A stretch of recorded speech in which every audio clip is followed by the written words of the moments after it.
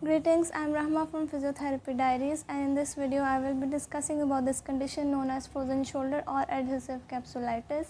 It's a condition in which the movement of the shoulder joint becomes restricted, either because of stiffening of the ligaments and the bursa surrounding the joint, or because of friction between the articular surfaces. It's usually categorized as two types, either primary or secondary. The primary doesn't have a cause. The secondary condition is acquired either because osteoarthritis, diabetes, a surgical procedure, or a posteriorly dislocated shoulder. It's usually defined into three stages. The first stage is the freezing stage. This stage lasts for about a month or two. It's the most painful stage.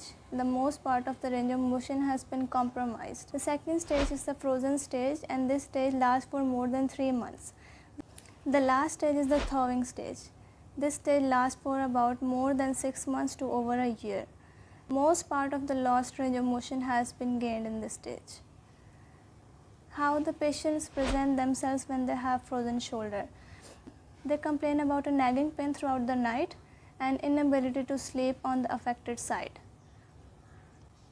There is marked limitation of active and passive ranges of motion, most particularly external rotation. They complain about not being able to brush their hair or being unable to get something out of their pockets. The pain usually radiates from their shoulder to the neck area, or even it goes to their arm. They also start to add compensatory movements. When asked to abduct their shoulders, they try to compensate the loss of movement through their spine. What are the diagnostic tests for frozen shoulder? It can be tested through MRI scanning, ultrasound, or even digital X-rays. Have them sit in an upright position with their elbow extended to 90 degrees and just externally rotate their shoulder. If there is a 50% loss of movement, this is a positive finding. If the range of motion is limited in 2 more planes, then that's also a positive finding. For example, their flexion and their abduction. If it's limited about 50 to 25%, then that's a positive finding. Now for stretching, you can grab yourself a broomstick. Moving forwards will be extension stretch, and similarly moving backwards will be a flexion stretch.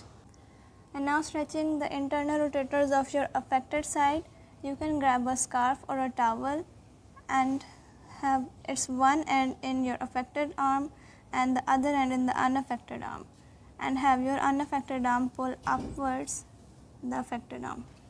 And now some exercises. These can be either range of motion exercises or some resisted exercises. For the range of motion, you can do circumduction movement of the shoulder, and this can be done by having them asked to form circles with their arm fully extended and slowly make the circle bigger.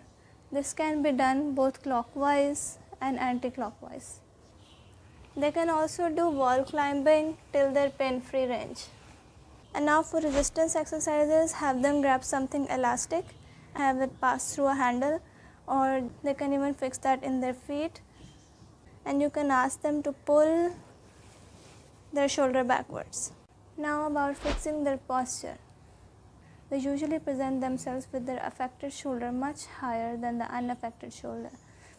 You can give them cues about pulling it down and have them compare both their shoulders when they stand in front of a mirror.